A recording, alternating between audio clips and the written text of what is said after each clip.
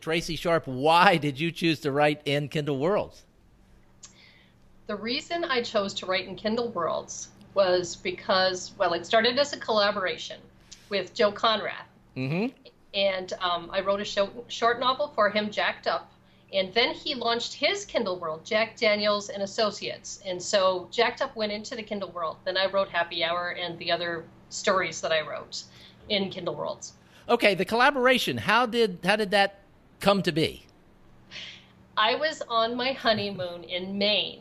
Mm-hmm. And I think I was like the second or third day, and I checked my email, and I had an email from Joe. What I had done was, previous to that, to give you a little background, was he was doing a thing where he was trying to help with Tess Gerritsen's thing that she was doing with Alzheimer's. You could pay $100, and you could blog on his blog. Right, I remember that. And the money would go to Alzheimer's. And I believe it was her father that had Alzheimer's at the time, and he's great friends with her. So I wanted to do that. And so I paid the money, and I was releasing Soul Trade at the time, and I thought this would be great promo for Soul Trade.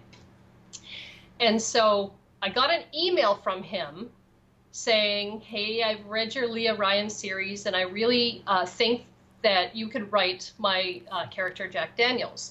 And I would love it if you would do a collaboration with me. But he says, if you don't want to do a collaboration with me, I'll understand. Every writer has their own journey. And I was so shocked. I was just like, what? Paced around the room a few times, still couldn't believe it, had to keep rereading the email.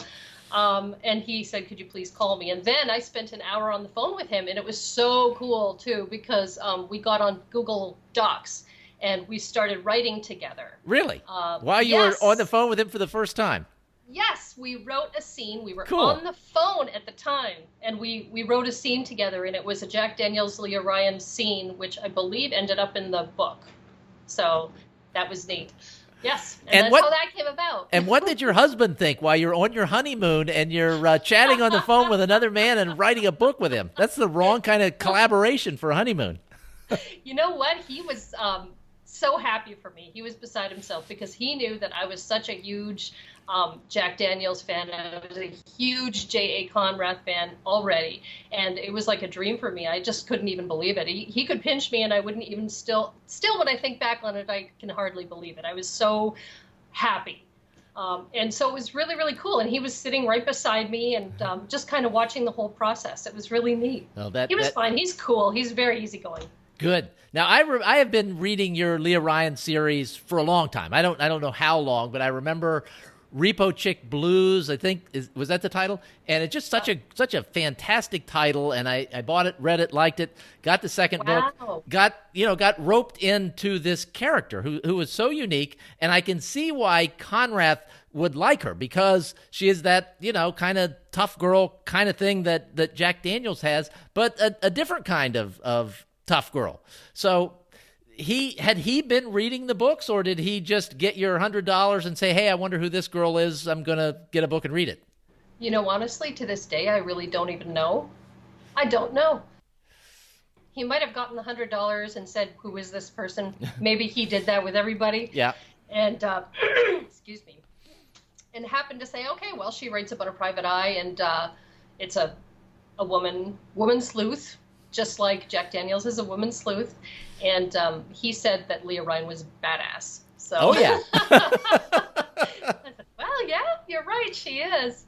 And so I don't know. The most recent Kindle Worlds that you did was with the J.A. Konrath. What's the name of the world? The Jack Daniels World or something like that? Jack Daniels and Associates. Okay. So Leah was, I guess, an associate, and you just released, just within the last week, released Double Shot.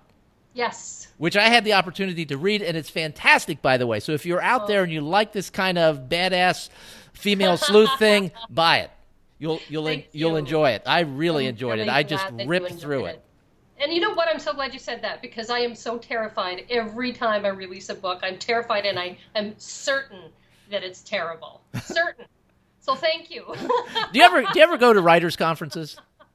I went to one or two forever ago, but I'm very shy and so I don't talk to anybody. Really? So I really am. I'm shy. Yes. You're hiding that well on camera. Oh, well, thank you. I feel very comfortable with you. But I'm not the kind of person to go up and introduce myself and kind of inject myself into a conversation or anything like that. I'm the kind of girl who will sit at the back and be really quiet and just kind of duck down into the seat and take notes. Well, the first conference that I went to, Hank Philippi Ryan was speaking, one of the, I think, 4 keynote addresses. And she was talking about exactly what you were talking about. It's just, is anybody going to like it? And she's finishing this book, and she just knows this book is going to be terrible. No one's going to like it, and it is the end of her career. And I've seen so many talks at writers' conferences, but that's the one I remember. And I think it's just the case for everybody. No matter how successful you are, how many books you've written, there's always that fear. Always. Obviously, it's the case with Konrath, because he wants other people to write his stories now. I'm kidding. I don't want to tirade on his blog about me. That'd be kind of cool, though. It Right? probably would be. So why, after the initial collaboration, well, first let's go back to that blog post that you wrote, Alzheimer's Yes. blog post, because I had been reading your books prior to that, and I saw that post, and I'm like, oh, wow. Tracy's writing on Konrath's blog. I wonder what this is going to do for her and her books. What did it do? Because his blog is so popular. Oh, my sales shot right up after that blog post. They shot up for a while, and then after we released Jacked Up, they went up again. I got another huge jump. And it was really neat. We redid the covers. He suggested that I redo the covers, and so Carl Graves redid the covers for me, and I republished them.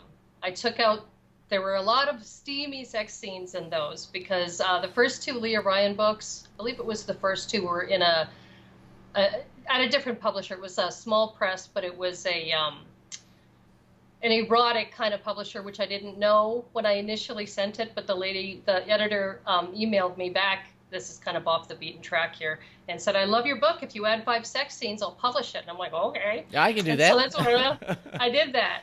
But he said you should take them out because you can have sex scenes, but these are very steamy. And so I did. He read them, and he gave me a lot of pointers, which I'm so thankful for. It was also riddled with a lot of really bad words.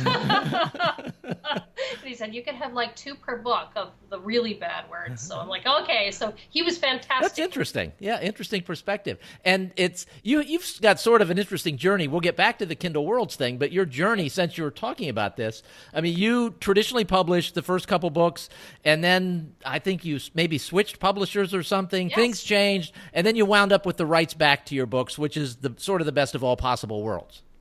Yes, that's exactly what happened. I was with Liquid Silver Books, and they were great with me for a few years.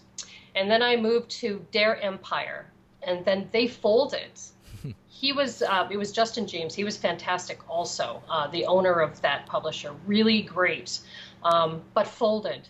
And he was so sad about that. And he said, if you would like, I'm merging with another publisher because they're going to help me to stay afloat, and we're just going to merge. And he said, I will move all the Leah stuff over to that publisher. And I'm like, no, it's okay. I think I'm going to try it on my own. And that's what I did. I thought, you know what? I'm just going to try it on my own because this publishing thing is not really working out so well. My sales were terrible. But when I collaborated with Joe, and then the Kindle Worlds thing, my sales jump up every single time I do a Kindle Worlds book in his world. My Leah books just go right up. Okay, now that's really interesting. It's one of the questions I had is, I can see why you did it the first time. Well, before we get into that, let's talk just from your perspective. What are Kindle Worlds? What does that mean to you? Writing in Kindle Worlds. What does it mean to me? It means that you can go into another writer's, they say sandbox, and it's such a great way to put it. You can play in another writer's sandbox.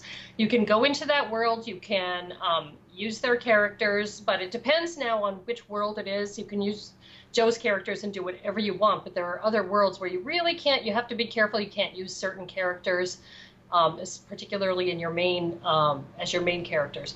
But also, with Joe's world, you can cross over your characters, but there are Kindle worlds where you cannot do that. Okay. So it all depends. You know, each world is different. You really need to read those guidelines. But the best thing is, how much fun is that to go into their world and just write a story, write a book, and you know, however long you want to make it. It is so freeing. And you know what? It is awesome for me, because if I'm writing a book and I'm deep in a book and I just feel like, I don't know about you, but around the middle I feel that drag, and I'm just like, oh my God, it's the book that won't die. Even though you love writing and you love your characters, but you get to that point where you're like, I want to write that book now. I see, for me, I have like... I'm glad that doesn't just happen to me. Yeah, you see something shiny. For me, I see something shiny. I'm like, I'm going to go over here now, you know. But Kindle Worlds allows you to do that. You can write a shorter story, a shorter book in another world, and it just kind of jumpstarts you. You feel like you're all refreshed, and you can go back to your book, and you feel great. And so from your perspective, you did the first one, and it really sort of jump-started the sales of your other book, and so you were more than willing to do more, despite the fact that there is some sort of a revenue share between the owner of the Kindle Worlds and the author. So can you sort of walk us through that? Yes. When you do Kindle Worlds, it's different than KDP Select. With KDP Select, unless it's a short story or something that's 99 cents, which would be 35%, that's what Kindle Worlds is. If you publish your book and it's 70% royalties, of course, you're getting all of that. With Kindle Worlds, you are getting 35%, and so your... regardless of the price, it's 35%. It's 35%, and you don't get page reads either. You don't get borrows. Okay. However, to me, it's worth it, because you have an established audience that you have a chance to hook, or at least show them your stuff. You've got a chance to show your story writing skills to an established audience of that writer. And hopefully, if you're staying true to the world and to their characters, they will cross over and read your other books. And that's exactly what has happened with me writing in the Jack Daniels world. My Leah Ryan sales go up every single time with ebbs and flows. It's fantastic, and I've had readers who have stayed with me since publishing with Kindle Worlds. So, and it's just so much fun. I just love it. So that's the difference there. But you do have to hire a cover artist, of course. Well, some people don't, but I hire a cover artist. I hire an editor. I hire a formatter. I do all the things that I would do if I was publishing the story myself. And is that because of your relationship with Joe, and you just want it to be as professional as possible? Or you write in other Kindle Worlds as well, and we'll get to that. Do you do the same thing in those worlds? Yes, I do. Okay. I do with every book I write, just because I want to make sure that the product is as professional as I can possibly make it. Okay, and because of the 35% royalty, it sort of frees you up a little bit from a pricing standpoint. You don't have to price the book at $2.99 and above, like you essentially do for most books. If you want to make any money, you're just going to get 35%, so you can price. And I know some of the Kindle Worlds books are $1.99, so you can price it that way if you want to. That's right. And they decide on the price. You have no control over that. Oh, they do? Okay, all right. They decide on the price by how long the story is. One of the great things about Kindle Worlds is that you can make many contacts with other writers, the writer of the world that you're writing in, and also other writers of that world, especially ones where they tend to, the writer is really good at bringing other writers together, like Carly Phillips, and I understand there are a few other writers that are really good at doing that. Steve Conkley, I think, is one of them also. And I have collaborated with Paul Siepel, whom I've met through writing in the Jack Daniels Kindle World. We wrote the second to my Intruders series, Intruders: The Awakening, together. And it was amazing. It was so easy, and he is so easygoing, and our personalities just gelled so much because we're both so chill. We're like, yeah, whatever. You want to do this chapter? Okay. Hey, I wrote this chapter. What do you think? Sure. You want to write the ending? That's fine. It was awesome. He is awesome. And also Ian Rob Wright. I've spoken with him. We did a blog together for Joe, and he just released a fantastic tool for writers, a self-publishing course which he asked me to be a beta student for. I am so glad that I did, because I learned about Scrivener and a couple of other tools. It's very well worth it. I think it's called the A to Z self-publishing course. It's Ian Robb Wright. Okay. Yeah. Okay. Now, we've talked about some of the pros, the ideas that, you're exposed to this much larger audience, and especially in the case, such great synergy between your character and Joe's characters that it really made sense. But some of the cons, at least in my mind, would be that there's a rabid audience of fans for the Jack Daniels books that probably know more about the world of Jack Daniels than Konrath does. And you're writing in that world and exposing yourself to those people. Is that terrifying? Oh, it's absolutely petrifying. Yes. And I completely understand. Because I am a huge fan of the Jack Daniels series, and I know what I would feel like if I read something that didn't stay true to the characters, and that if I was really disappointed. My worst fear is having somebody say, oh, this isn't, what I like. I really am disappointed in this book. I wasted my money. To me, that would be devastating, because, you really don't want to disappoint your reader in any way, shape, or form. And it's true that, everyone gets bad reviews, and you cannot please everyone. It's absolutely impossible. Mm-hmm. But if you can stay as true to that world and as true to those characters, as authentic as you can, then I think that's the main thing. And yes, it is. It like I say, it can absolutely paralyze you if you think about it too long. But I think that the gains are extremely worth it. And just having the ability to even go in and write in a world that you love so much is amazing. Is it sort of fun to not have to create everything from scratch like that? It is so much fun. The thing is, though, that you have to make sure that you read. Well, I was a fan of Jack Daniels before I had read all the books, and I still read all the books. I can't wait to get my hands on them.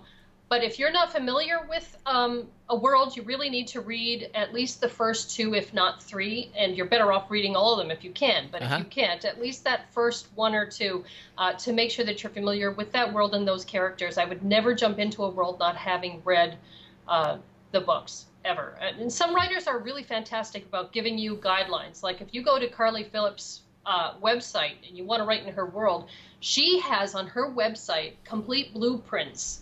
She has family trees. Oh, neat. Family tree, oh my gosh, of all the characters. She's got little blurbs on the most important characters, who they are, where they're from, what books they were from, and just incredible. She is incredible. She's amazing.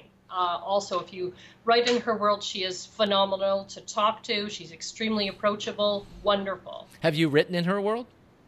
I wrote one story in her world, Wish to Dare, and I am going to write another one.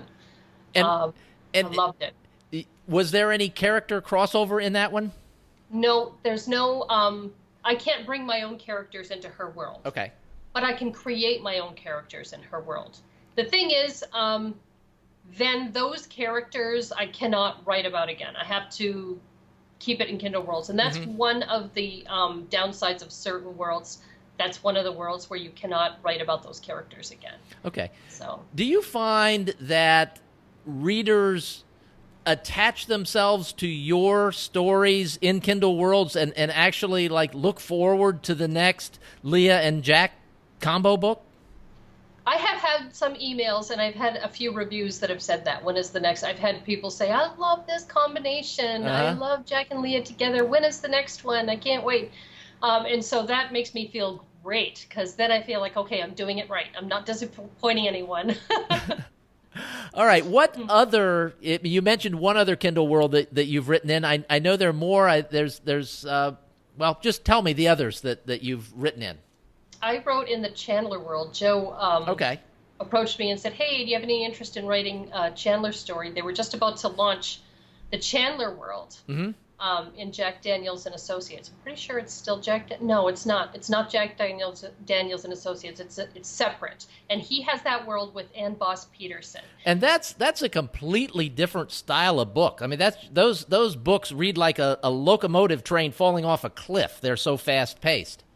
They are so fantastic. Yes, they are. Yeah, but the characters in those stories are also badasses. Yes. Oh, yeah. Super badasses. So that was, in that way. Uh-huh.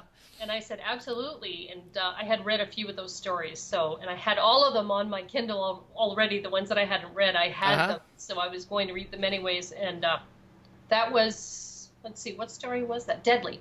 I wrote Deadly, and it was short. I think it was only like 10,000 words or something. But oh my gosh, that was so much fun to write. It was awesome. What advice would you have for people that are out there watching and maybe have heard about Kindle Worlds, but really haven't considered it, but they're listening to what you say and they're thinking, wow, I've got a character that might fit well in a certain Kindle world. What advice would you have for them? I would say make sure that if you're interested in writing a world and it sounds great, like I say, make sure that you read at least one, if not more, of the books in that series, and then just do it. Just do it. There's no other way to really, you can contact the author. I contacted Kat Johnson and I contacted Carly Phillips, and I said, hey, I'd really love to write a story in your world. And both Kat Johnson and Carly Phillips are absolutely wonderful, and they were very encouraging and saying, absolutely, go ahead and do it. I'm thrilled. And also, they do great promo. Carly Phillips, in particular, she has Facebook pages and they do events at the beginning of every launch. They do all this promo and all these events, and it's just like a great big thing. That doesn't happen with every world. Mm-hmm. Some worlds you really are on your own, and that's okay. Just as long as you know. And was your thinking different as you went into Kat Johnson's and Carly Phillips' world because there was no character crossover and this wasn't something that you were doing that was going to drive sales of an existing series of yours? What was the mindset going into that? What did you hope to accomplish? I really wanted to stretch my writing wings. I had written some comedic romance with Joe and Anne with the Melinda Duchamp series. And so I wrote the Jezebel series. And that was romance, and it was funny, and I love to write humor. But I wanted to write romance that wasn't erotic. Well, it had some erotic, but that wasn't just the purpose. Do you know what I mean? Yes. It wasn't an erotic story. It was more a story with romance or with steamy scenes in them. And I didn't know if I could write a book without a dead body in it. So this is my thing. I was like, I want to see if I can write a book with no dead body. And you know what? I did it. You did it. But in Hot Seals, I think that, I did kill some people in that one. But in the Wish to Dare, I did not. So now, I did it. Is your writing process different when you're writing your own stuff versus writing for these Kindle Worlds? Is there any part of the process that's different for you? The only part of the process that's really different for me is I will go back and I will go into those books and I'll reread sections. Sometimes I'll read entire books to make sure that I get them right.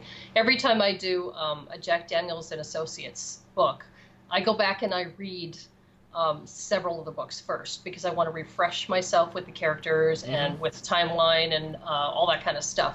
But with Kindle Worlds, I'll read the books, but the process is pretty much the same, I would say. I don't do anything extremely different. How do you slot yourself in time-wise with the character? Because Jack's character arc expands, it goes across a long period of time. And it seems like you put her in like current day. Current day, she's working as a PI, she's not a cop. How did you decide to do it that way, or is that just the way it works? Could you have gone back to Absolutely 20 years ago? And I actually think I might do that. I think it would be kind of neat because I love that story that he did where she was younger, and I'm trying to remember which one it is. I've read every single one, but for the life of me, I can't remember that one. Was it Stirred? Maybe. I don't know. But yeah, you can jump around anywhere you want to, and I guess it was just a decision I wanted to do. Well, with Jacked Up, I wanted it present day because Leah was 28, 29, 30, about like that. And so to put Leah in with her, I really had to have it present day because Jack was in her late 40s. And so that's really the only way that it would work. So if I'm going to use Leah, she'd have to be like a little kid if I go back in time. But the only way I could pull that off was to do cold cases, murders from the 80s. And so that's what I did with Double Shot, which was really interesting. That was really neat to do. Now, I was smiling when you were talking about Jack's age, and the reason I'm smiling is because of a humorous thread that goes through that goes through Double Shot. You're a reasonably young woman. Where did you get all of this information on menopause? Because it felt really real. Like, well, actually, in his last book, he talks about Jack having, well, Harry says, do you have, no, it wasn't Harry, it was Finn. It was Finn, because she was going through a crisis, and he said, do you think this is menopause? And that really clicked with me. And I thought, you know what? Why not explore that? Because that is very real for every woman. Yes. Depending on their age, it is very real. So I am going to explore that because Jack is a real woman, and she's going to have issues that she has to deal with that have absolutely nothing to do with being a PI or a cop or anything like that, and just something else that she has to worry about. And I found that so amusing because I happen to know someone and be very close to someone who's going through that process, and it's, you were just spot on with all of it. The whole, the mentality of, while it's happening and this can't be happening and it can't be this, it's got to be something else. It was very amusing. Oh, good. I'm glad. I was worried about that. I'm like, oh gosh, how is this going to come across? And is that something that you actively try to do in a thriller that's, mostly tension, and it's ratcheting up to throw in these humorous bits to sort of release the tension a little bit? They just kind of pop out, because I'm like that. I will throw it in joke anywhere that I can. I don't take life all that seriously, which is probably not a good thing. And it's gotten me in a lot of trouble in high school and whatever, college, life. I could rub people the wrong way, but it just kind of pops up. I don't consciously say, okay, I need a humorous scene here, or I need to say something funny because it's just too dark. It just pops up. Okay. Now, in the original blog post, I think it was the Alzheimer's blog post that you did on Konrath's site, you talked a little bit about your career. And, it was sort of, I've worked my way up to this point, and this is where I am, and I'm not making a tremendous fortune, but I'm writing books, I'm making money. It was a fun article to read. Good. When did you start writing? When was the idea to start? When did you publish your first book? Sort of walk us through the Tracy Sharp writing history. When did I start writing? Oh my gosh. From the time that I could even tell a story or hold a pencil or anything like that. I just always have. When you're a kid and you have creative writing, you've got to write a story. I would write like 12-page stories. And read it. Everybody would say, oh, I want Tracy's, because I would write these really horrible, scary horror stories, and the kids love to be scared. They still do. I think kids love to be scared, but that sounds really twisted. And so I just kind of kept writing short stories, and all through high school and college, I was the kid that would stare out the window and write stories instead of listen to what I should be listening to. And then I decided to write a book in my 20s, and it was just horrible. It was like the worst thing I've ever written, and it will never see the light of day. But I cut my teeth on that book, and I learned a lot. What I have done over the years since that is read a lot of articles from writers who know what they're doing. How do you do this? What is the process? I learned about plotting. I learned about the hero's journey. I learned about the 3-act structure. Alexandra Sokolov's book, Screenwriter's Tricks, is absolutely phenomenal. And that book is my Bible. I go back to that book every single time I write a story or a book. I have 2 Kindles. And on one Kindle, I will have that book open to whatever spot I need. Uh-huh. And on the other, I will be reading something else. The serious Kindle and the fun Kindle. Yeah, right. Whether it's okay, I'm writing a Joan story, so I'll read this, or I'm writing a Leah book, so I've got to go back into my books to remember what I wrote, because there have been a couple of times where I've had someone in a review saying, "Oh, I'm not going to hold it against her, but this timeline thing, she said this age, and it was this age in another book or whatever." I'm like, "Oh my gosh." Isn't it amazing, though, that you spend all this time writing those books, and then you go on to the next thing, and somehow or other a reader who read it 2 years ago remembers more of the details than you do. It's just scary. And I don't like to go back to my books. I don't like to read them, but for things like that, I will. But you're absolutely right, and they are eagle-eyed. Yeah. They have eagle eyes, and they will pick up on all that stuff. Even if you go through a book 5, 6, 7, 8 times, I usually do 3, 4, and you think you have everything, and you put it to the copy editor, and you think, it's an editor you've been with forever. They can't pick up on every single thing either. They can't remember everything because they've got 5 million writers that they're working with.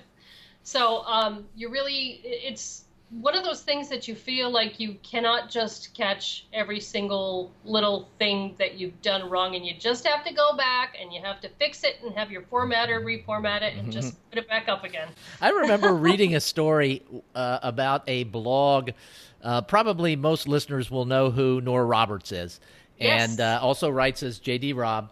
And there's actually a website out there where, and it's essentially, I don't remember the name of it, but it's essentially things that Nora got wrong. And it's because she has such avid readers, and she writes so many series, and she writes so many books, that she just gets a lot of stuff wrong about the characters. And these people are out there just categorizing it and putting it all on the internet, and it's like it's their job. It's crazy. Can you imagine? No, I can't imagine. But I guess it just goes to show that when you sell that many books, that that kind of thing is going to happen. So it's something we could all look forward to, I guess. Right. Yay! Okay, what's the best piece of advice you've ever had about marketing your books? The best piece of advice I've ever had marketing. Oh my gosh, I don't even know what that would be. I do a lot of reading on stuff like that, and it seems like everybody has a different opinion on how to do that. Mm-hmm. And I think probably,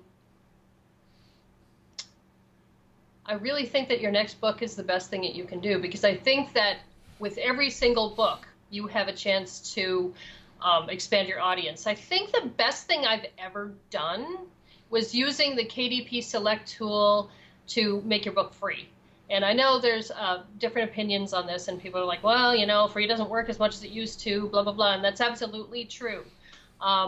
But still, you can get how many thousand readers, you can get exposure to new eyes every time you do a freebie. Mm-hmm. Probably the best marketing tool that I've ever used is the Authors Marketing Tool, I believe it's called. It's the Authors Marketing Tool, something like that. If you look that up, it'll pop up. But it's got all kinds of icons that you can hit for different promo companies. So you'll have e-reader news, you'll have book goodies, mm-hmm. you'll have like a whole bunch of promo companies, and I think there's like 70 of them.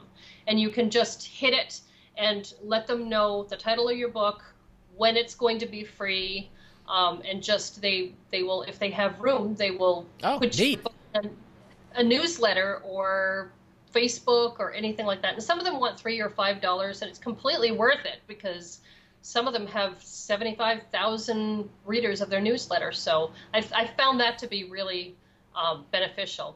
Okay, and you and I will communicate back and forth to get that name right, and I will put a link in the show notes. So if we got it wrong, it'll be in the show notes. The correct link will be in the show notes. We promise.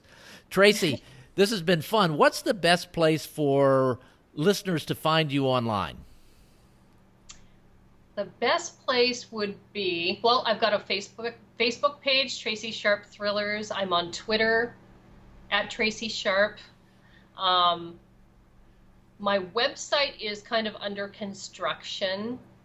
I guess Amazon page Okay. also would be good. Well, I will link to those. I will say that your website has been under construction for a while. I'm like, that's clearly not a priority for you. And we've had other guests for whom the website is absolutely not a priority. The priority is writing the next book.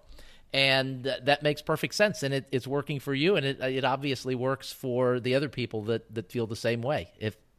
We should all be focusing on what we're good at and just do those things and not try and do everything, because doing everything just doesn't work. But doing 3 things really well does work.